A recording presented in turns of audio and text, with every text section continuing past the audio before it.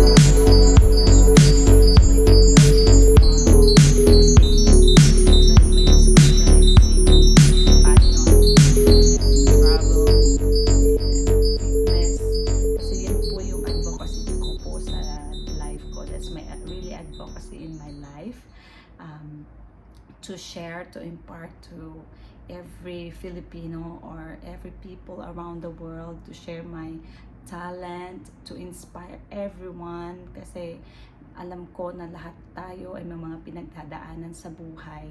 So we need positive vibes, to listen to the music, to inspire, para magpatawa, para mabuhay pa yung inyong kalooban. Paano pa mag-continue to survive in this wonderful world.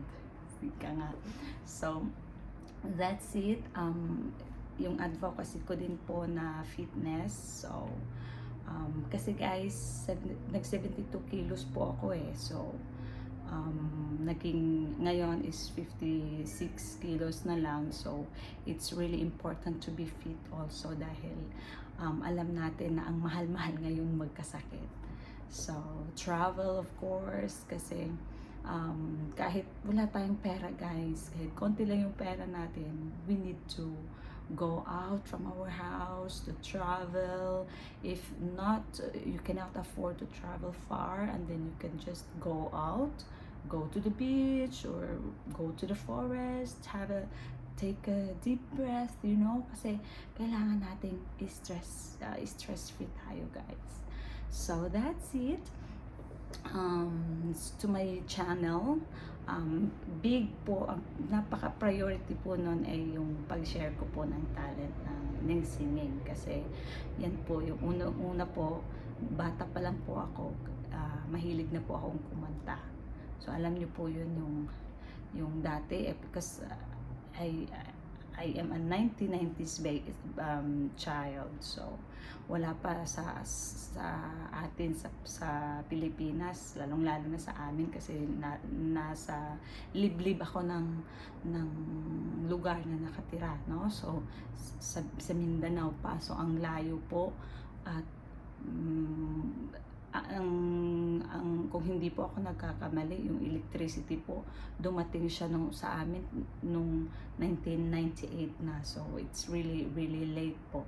So nung mga panahong iyon, wala pang mga gadgets of course, kasi wala ngang kuryente, gadgets pa kaya. So radyo lang na de baterya, so yan lang po. And then singing po yung naging libangan ko. Isa sa mga naging libangan ko noong mga panahon iyon ay ang pagkakanta. So hanggang sa dumating yung electricity na nga, hanggang sa bumili na yung papa ko ng cassette, yung mga kinakanta ko noon, yung mga Whitney Houston pa, yung mga Celine Dion, mga paborito ko talaga yan ng mga kanta. Until dumating yung VCD na si Sarah Geronimo na yung paborito ko yung mga panahong yon, si Regine Velasquez. So yun, laging napapractice yung singing, yung talent ko. Napapractice siya araw-araw kasi kumakanta ako habang nagpapatugtog, hanggang sa nung naging high school ako, na-discover ako, unang salang ko sa pagkakanta talaga, na yung marami talagang tao sa alam mo yun, yung mga estudyante kasi recognition day yun. So yung isa kong kaibigan, inanyaya ako na please mag-duet tayo.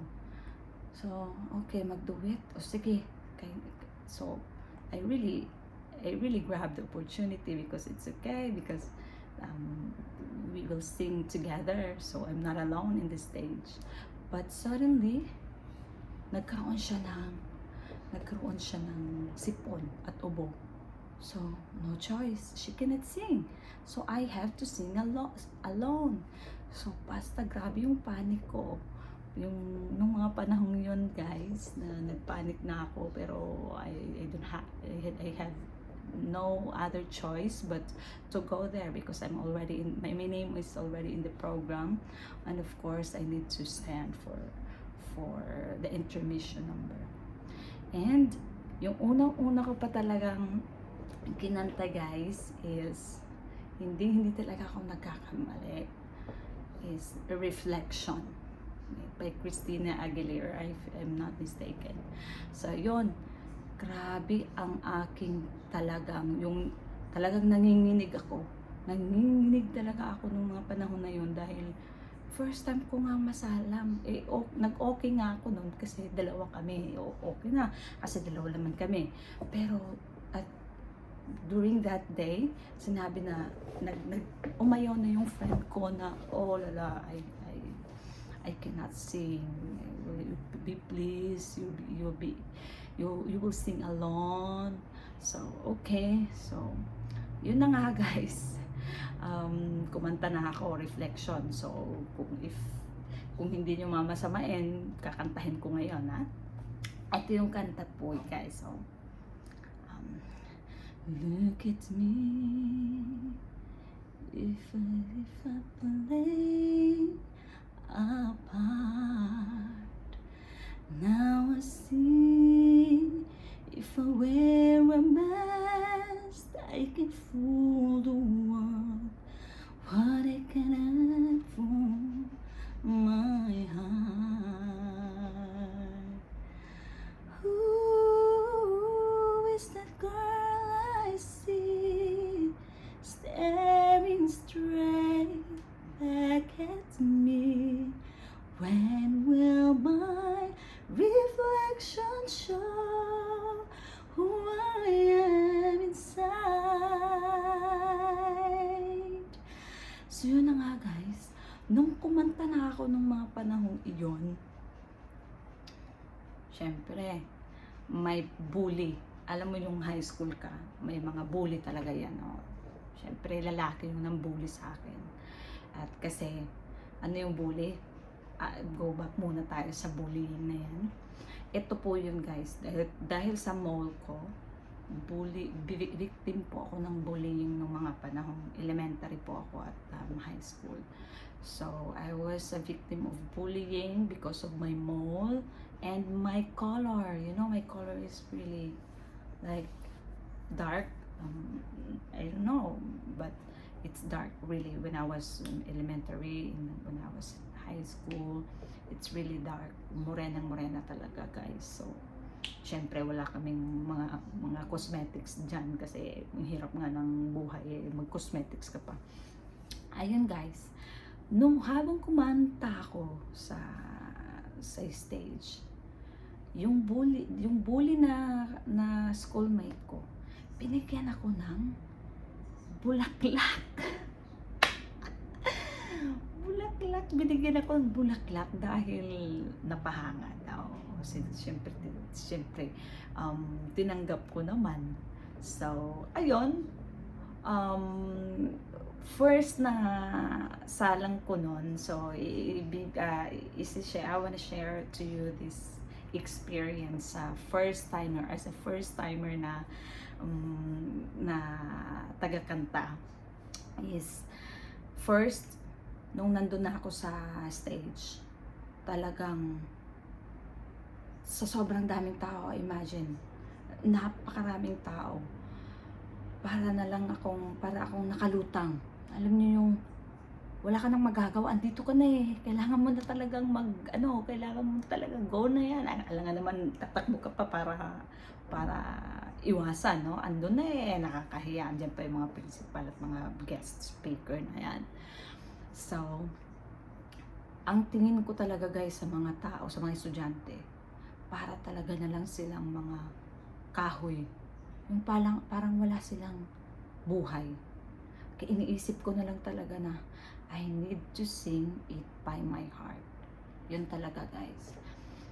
Kapag nag-sing ka, when you sing with all your heart, with all your mind, i-feel mo ang music, i-feel mo ang lyrics, the message of the lyrics, then you can sing. And of course, be with yourself.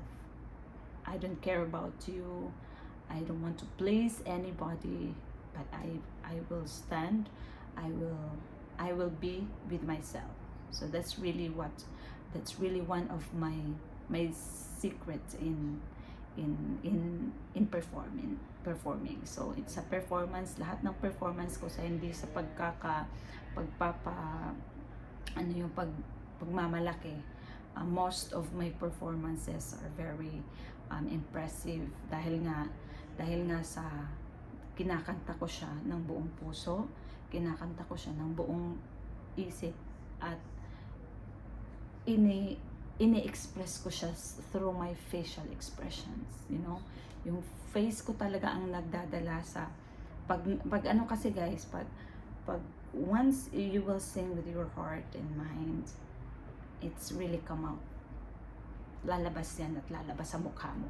Hindi ka plastic, mata to touch. The person who will listen to your music, to your song, to your voice will really touch. Pagkatapos nun guys, kaya nga yung first na kanta ko, talagang, of course, hindi yung perfect talaga. Dahil sa lyrics, I mean sa accent ko. Kasi English yun eh. Nung mga panahong iyon eh, hindi pa ako talaga magaling mag-English. Yung parang balubaluktot pa ang pronunciation, hindi talaga siya maganda. So parang kinakain ko, nilaman ko yung lyrics. So right after that, na-improve siya dahil may nag-comment sa akin na not really directly comment from me, but through the microphone.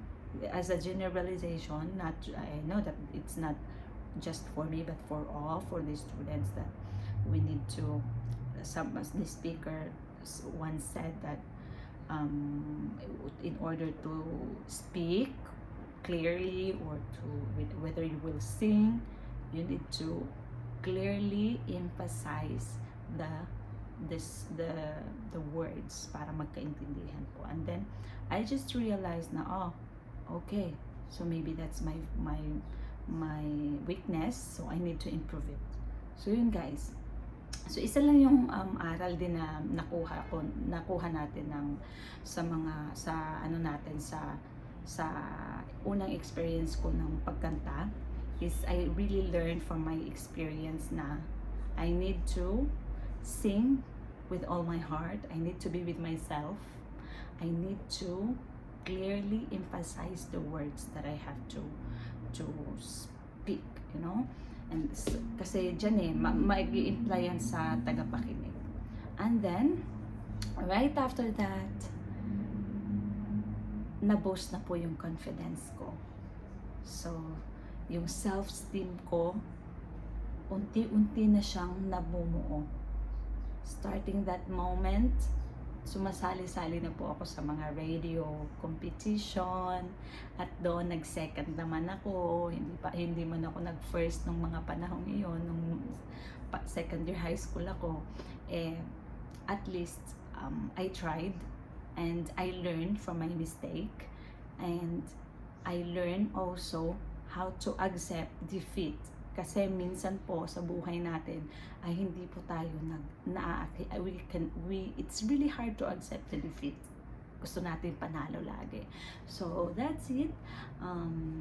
With my experiences with the competition, unang salang ko din sa competition na yon sa radio stations, ay just second, third, hanggang sa yung talagang hiwala, hanggang sa first ko din na sumali sa mga barangay competition. Yun na yun. Pa third year high school na ako noon, sumali ako ng barangay competition at nanalo ako guys. Alam niyo ba kung ano yung kinanta ko? Colors of the Wind by Vanessa. I'm sorry, I don't know. I didn't remember the one who sang that Colors of the Wind. Okay, so ito yun guys. Kinanta ko yung You think you own whatever land you land on. The earth is just a deep thing you can claim. But I know every rock and tree and creature has a life, has a spirit, has a name. You think that only people who are people are the people who look and think like you. But if you walk the footsteps of a stranger. You learn things you never knew. You never knew. Have you ever heard the wolf cry to the blue corn moon? For us the grinning folk got wide-grained. Can you sing with all the voices of the mountain? Can you paint with all the colors of the wind? Can you paint with all the colors of the wind? So yun lang guys, yun yung unang winning piece ko. Barangay yun competition. So, nanalo ko noon mga 700 pesos siguro yung napanalunan ko noon. Tuwa-tuwa na talaga ako. Imagine, second year pa third year high school pa ako noon. After na ng second year, bakasyon yun, sumali na ako sa mga competition. At yun, ang pinakaunang-una kong winning piece. At champion talaga. So, ayun na-discover na ako sa high school. Kasi lumipat ako nung high school na yon kasi dalawang high school ko. First year, second year high school sa malaking school. And then, third year hanggang fourth year high school sa kabilang school naman na malapit sa amin kasi yung pamasahe nga, alam mo naman na mahirap talaga. So, ayun, na-discover ako sa school. Kaya, by year level na naman, nagkaroon ng competition. Yung intramurals. So, by year level, ako yung nag-represent sa third year level namin. And, it's good kasi, for that moment, parang nag-second ako ng kanta na yun kasi merong nanalo yung fourth year level yung nanalo, so nag-second lang ako. So at least for my first salang sa school, sa school competition ay naging second ako. So it's the song that I sang during that time is yung Kailan Kaya. So yung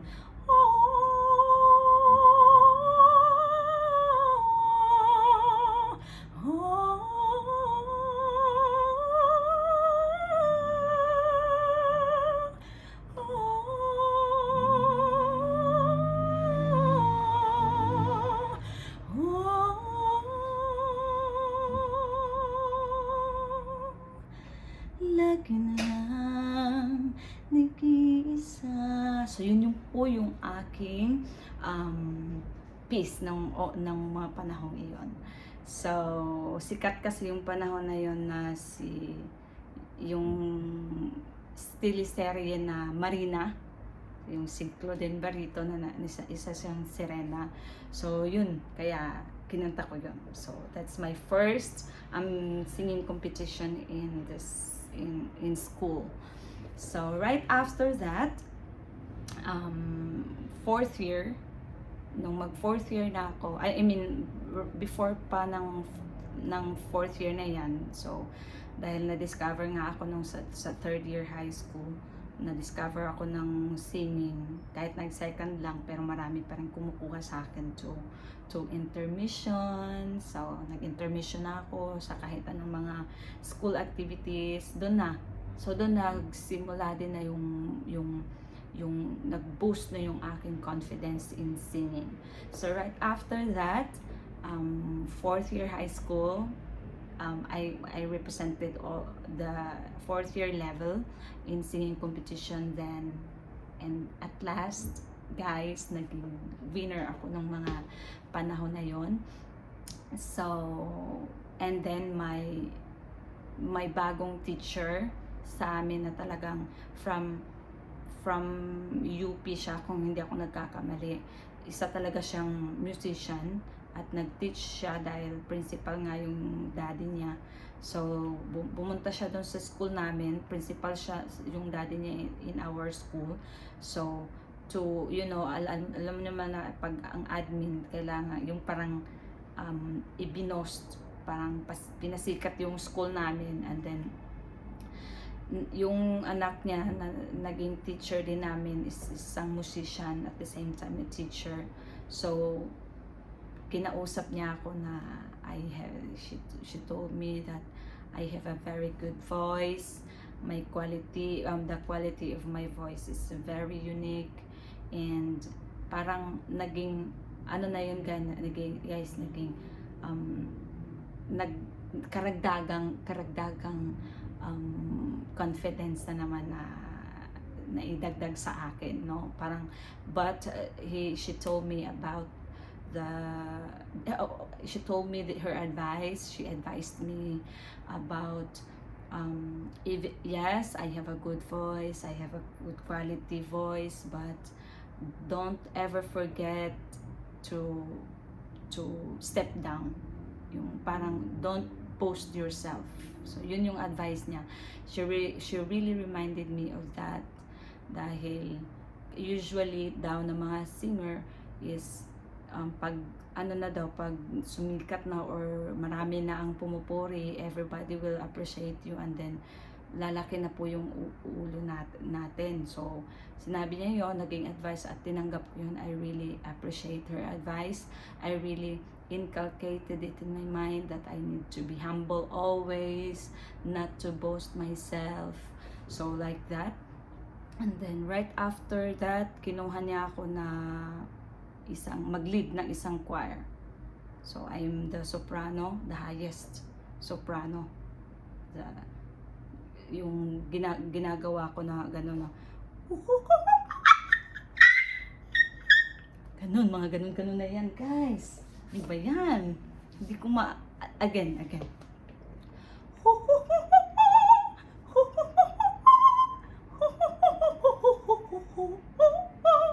ganun guys. So ayun na, kinuha na niya ako. Tapos bago ako mag-graduate ng high school, pinaalala niya ulit sa akin na you have to develop more, you have to attend to any organizations that will develop your voice, because you are really unique and you are humble. So ayun nga guys, dala ko yan hanggang ngayon. I'm really bringing that quality until this moment, no? Ilang years ago nang nakaraan. So right after that, nag-college na ako, at of course ang pangarap ko noon is to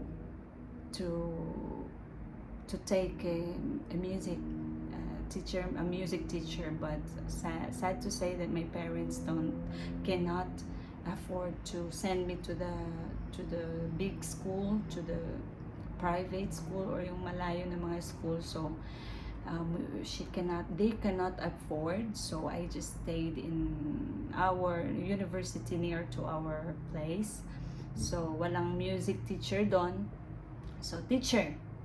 So my father really wants me to take the business administration, but you know that I am not good in mathematics, and it's not really I didn't feel that course. So at syempre yung mga klase ko, mga classmates ko andun sa College of Teacher Education, so I joined with them at nakapasa naman sa interview and exam para sa teacher education. At yun nga guys, natanggap nga ako nung nag-aral na ako doon ng College of Teacher Education. Major in elementary ako noon at for first semester, and for the second semester major in English na. But bago pa noon, nakapasok na nga ako noon, nag-aral, then na-discover may audition na naman guys. So ito yung audition sa university na isasalang ka sa pasok. Yung mga kundiman, yung kundiman, isa sa kundiman na kanta, yung mga classical music, alam nyo yun, na nagkaroon ng audition, and of course wala pang nakakilala sa akin, except sa mga classmates ko lang nung high school, naging classmate ko din sa college. So hindi ko pa alam mga pasikot-sikot ng university na yon. So nag-audition na nga yung musician, yung sa choir, yun na nga. Basta. And wala siyang nagustuhan. So he opened the audition for anyone na nandoon na merong talent. So ako guys, tahimik lang kasi hindi ko naman alam ano ba yan. Wala akong pakialam diyan kasi bago pa nga lang ako. So alam mo naman pagbaguhan tayo, parang ganun tayo, parang magmamasid lang. So my classmate, so nag-announce na talaga yung teacher na yung nagpa-audition na baka merong mga may talent dyan. So maybe you can join with the audition. So ako tahimik lang, pero yung mga kaklase ko na nakakaalam na ako ay isang singer, so they really push me. Go Vivian, go Vivian. No, I cannot, I don't want. It's impossible. Ayoko kasi baka nakakahiya. So hindi talaga ako noon, pero tinulak na ako nila guys. Tinulak ako nila. Pagtulak nila sa akin, lahat nakatingin na. So wala kang magagawa. So pumunta na lang ako.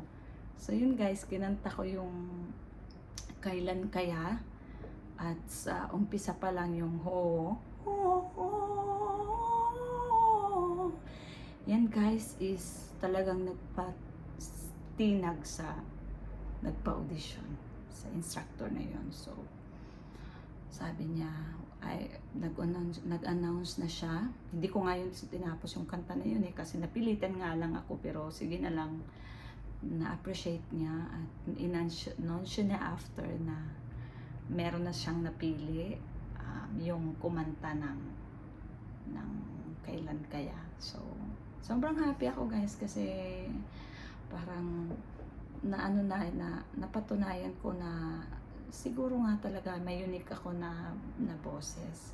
Siguro nga meron akong potential. So I really tried my best to practice, to sing a song na after 2 days ilalaban na ako kasi nag-audition yun ng inter-school. So from our university, isasalang kami sa other universities, no, sa province lang namin, sa Surigao del Sur. And then right after that, na ano na ako guys, yung parang natakot na ako noon kasi alam mo yun, yung ano ba to, sumalang na ako sa mga ganitong sitwasyon, ano kayong mangyayari sa akin, right? Na hindi pa ako talaga sobrang sanay. Parang ganun pa rin, naging negative ako nung mga panahon na yun. But suddenly I realized, I need to sing it by myself. I need to sing it with all my heart. I need to sing it. I need to be with me. I need to be with myself. So kakanta ako, and I will just do my best. Kakanta ako na galing sa puso, galing sa isip. So ayun guys, after 2 days sinalang na ako. Mga ano kami, parang mga 8 or 10 contestants during that time. At yung kinanta ko is Ikaw Lang Ang Mamahalin. So ito yung Ikaw Lang Mamahalin. Sa bawat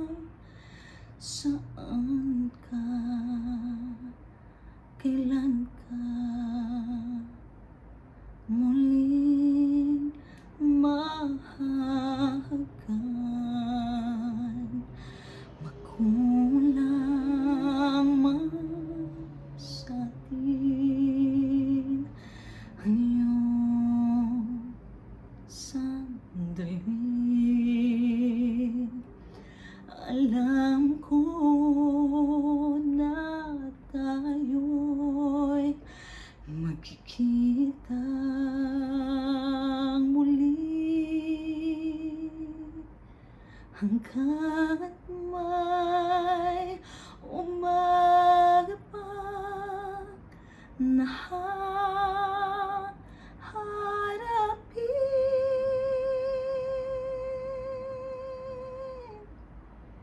Ikaw lang ang mamahalin.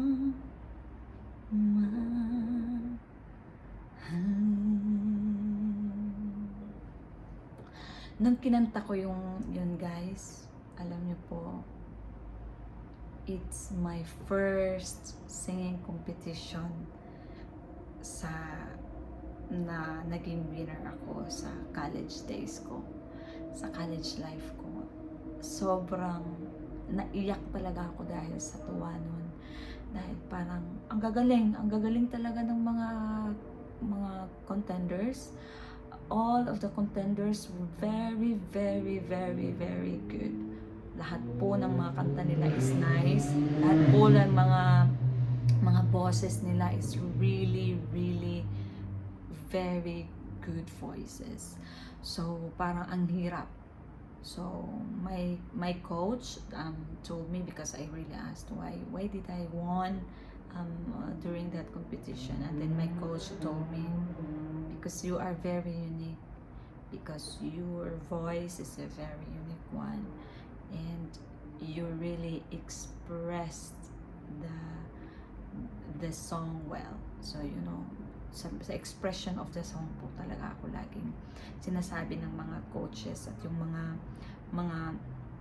mga judges na doon po talagang, aside from my voice, aside from my physical, my presentation, talagang ang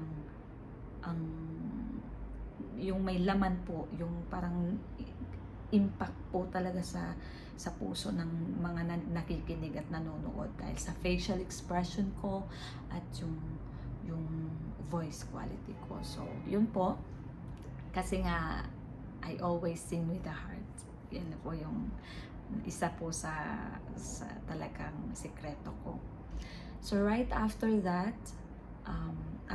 competition, dinala po ako. Kung sino po man nanalo ng mga panahong iyon sa inter-school, dadalhin po sa region. So, from province level, dadalhin ka na, you will represent your province. The Surigao del Sur will present that the place ay the province to the region. So ako po yung nagrepresenta ng Surigao del Sur province, and doon na naman po talagang ang klase talaga ng kantahan. Lahat ng mga andon are the presidents of the universities, the administrators, you know, mga malalak, mga bigatin talaga. So talagang kaba-kaba na ako. Aircon pa yun guys. Ang lamig, magfa-flat white ka, kaya pag malamig ang place, and then you will sing, sometimes you will be flat weighted. So talagang nanginginig na rin ako noon, but I really have to fight this battle. Andito na ako. So lagi kong tatandaan talaga. Balik na naman ako sa pagkausap sa sarili ko na I need to be strong, I need to be with myself, I need to sing it with my heart, and like not to think anyone else but just to be with myself. So ayan, pag na-remind ko na naman yung sarili ko sa mga advices ng mga coaches ko ng mga panahon yun, na at isa ko. And then guys, really talagang nakakaiyak na naman na yung parang parang yung pangarap mo lang ba na magsali-sali lang ng mga kompetisyon dahil pambili ng bigas, you know, tapos dumako na sa panahon na parang na-love na ako ng mga tao. So, parang kahit judges, kahit hindi ko kilala, alam mo naman na hindi mo kilala yung mga judges, but parang na-love ka nila. Parang ganun. So parang natatouch ako ng mga panahon na yun dahil yung mga kalaban ko is mga bigatin na ano pa ako, freshman. So mga bigatin yung mga mga kalaban ko ng mga panahon yon, laging nananalo, laging talagang ano na talaga sila, yung mga bigatin na. So ako parang nagsisimula pa lang, pero by God's grace naging napanalunan ko yung kompetisyon na yon. So I really thank God for giving me the chance to be the winner in that moment. And I really thank my coaches, my friends, my families that are so very supportive in me. And then right after that, tuloy-tuloy na guys. Pagkatapos nun, dahil sa region, nanalo po ako sa region namin, sa Caraga region, sa region 13. Nag-represent na naman ako ng region namin. So I represented the Caraga region in Manila. So first ko na experience yung makasakay ka ng eroplano. Yung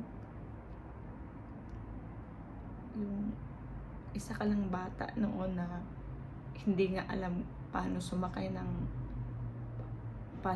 ng isang bus, kasi jeepney lang yon, mga habal-habal sa amin. So naiyak na naman ako ng mga panahon yon dahil nakasakay ako ng eroplano. So nakasakay ako ng eroplano na libre, social pa yung mga kasabayan ko sa eroplano na yon, kasi PAL yung airplane na sinakyan namin. Nakasabayan ko dun yung congressman namin, mayor namin, nakasabayan ko dun. Parang maraming mga bigating mga tao. So sobrang saya ko nun guys, na nag-represent ako ng ng school, ng region namin. Ayun, nung pagdating namin sa Maynila, nag-practice na. Syempre, ang laki ng Maynila na ang daming region sa buong Pilipinas na yan. So positive pa rin ako kasi positive pa rin kasi kahit marami na, at least what I really thankful for is I am here in Manila already, and nakasakay po ako ng eroplano. At yung yung kakanta ka na nasa maraming contenders mo, makasabayan mo na yung mga bigatin talaga ng mga singers. So yun nga guys, so hindi nag-represent ako doon, and syempre hindi ako nung nanalo. May nanalo talaga na hindi ko natandaan kung sino yung nanalo o anong region na yun, basta ang galing-galing niya din, napakagaling. So at least I'm so thankful for during that time, dahil nag-represent po ako at ginawa ko po ang lahat ng mga kaya ko, and yung coach ko naging proud naman sa akin, and everybody really proud of me during that time. So nung bumalik na, sinalang na, so parang paangat na ng paangat yung opportunity po sa akin. So kinuha na din po akong mag intermission sa mga malalaking activities, sa mga kahit outside na ng school. So ini-invite na ako. So at least nagsimula na doon. No, nagsimula na yung career na yon, hanggang sa sumali na ako sa sa araw ng Surigao del Sur sa province namin. So it's outside the school na activity, yung ano na yon, yung parang pera-pera na talaga, yung pambigas na talaga eh. So sumali-sali na ako sa mga ganyan, at sa awa naman ng Diyos is nanalo naman ako, naging champion ako sa araw ng Surigao. 16, we are 16 contenders, and they are very very good contenders also. May iba pa na mga dumadayo galing sa Maynila, galing sa mga malalaking cities. So luckily ako yung nanalo ng mga panahon yun, at naka-receive naman ng pera na pang ano yun, pang exam po sa license exam. So kasi nga magte-teacher na ako nung mga panahon na yun, graduate na ako. So sumali-sali na ako ng mga panahon na yun sa mga competition, para sa parang naging career ko na talaga siya. So sa awa naman ng Diyos, nananalo lagi. So hanggang sa panahon na nag-teach na ako, nung nag-teach na ako, na-discover din ako ng department namin to sing. So pinakanta-kanta ako hanggang nagkaroon kami ng organization. Meron kaming tinatawag na quartet. So 4 lang kami, 2 babae, 2 lalaki, pero 4 na boses. So ako yung soprano, yung isa alto, then tenor, at yung isa naman is bass. So na-discover din ako kahit sa mga mga activities sa Department of Education na pinapakanta-kanta na ako. So parang maganda din ang natatamo na yun, dahil may mga certificates, at nakatulong din yun sa aking promotion, kasi at na-promote ako nung mga panahon na yun bilang isang teacher 3, dahil isa din yun sa mga dahilan, kasi parang nakilala ako, at parang giving back to me yung mga gusto niya, mga pinapagawa sa akin, parang sinusuklian naman nila. So right after that,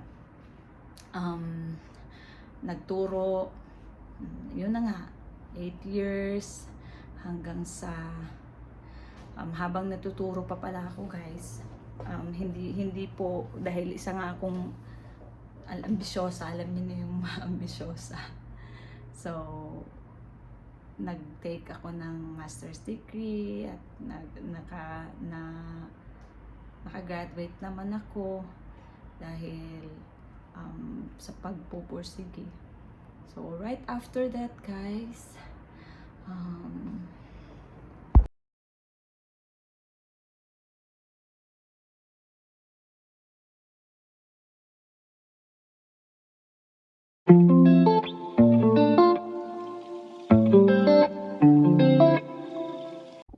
hello guys, welcome again to my vlog. This is me again, Vivian, and if you are new in my YouTube channel, so please subscribe, and please don't forget to press the bell button.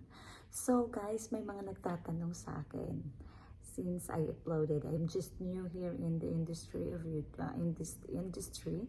So na-upload ko na po yung mga kanta ko at yung mga vlogs ko. So some are suggesting that I have to upload more, kasi konti lang yung nai-upload ko ng mga music. So as you can see, yung music na yon, yung kantang yon, ay for your information po, naging guest po ako dito sa France. Ito ang tunay na damdamin, hanapin ating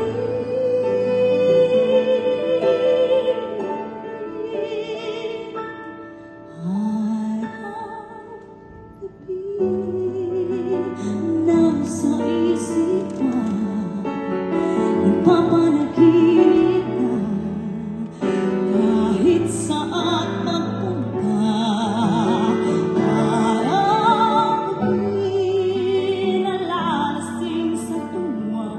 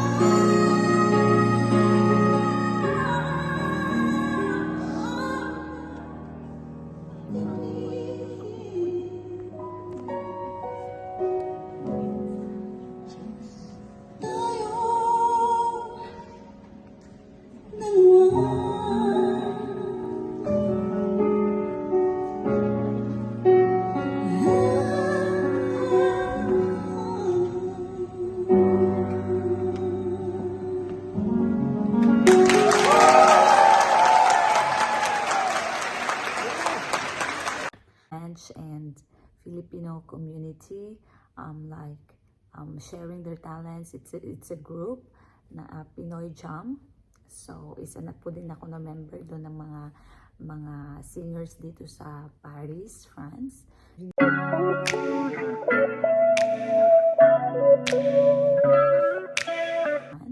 So, in-invite po ako nung panahon na yon dahil po nanalo ako sa GAP.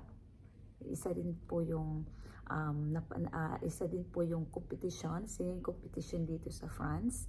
And it's my first time to join, and then it's God's will that I won the competition. So naging winner po ako.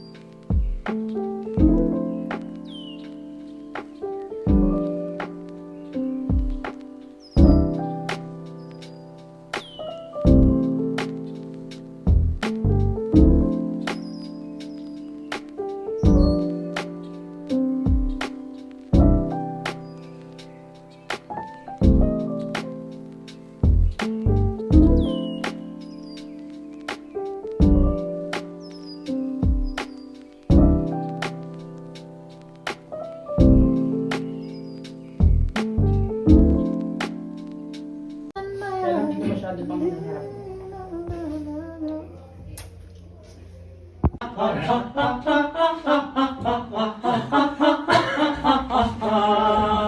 Last one. Okay.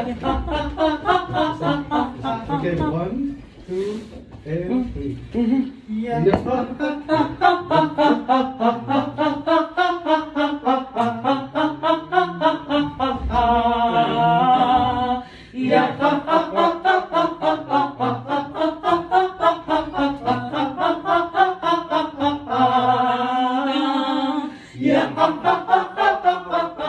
Tempo. Oy, bitin yun. Nakapos ito. Oo, kung gusto nyo kumain. Lights. Tama, boss. Oh, di ba? May kanta? Tao eh. Di magtatagal sa piling mo ngayon. Ako'y bituing walang ningning. Nagkukubali sa liwaga at kisla ng ating pag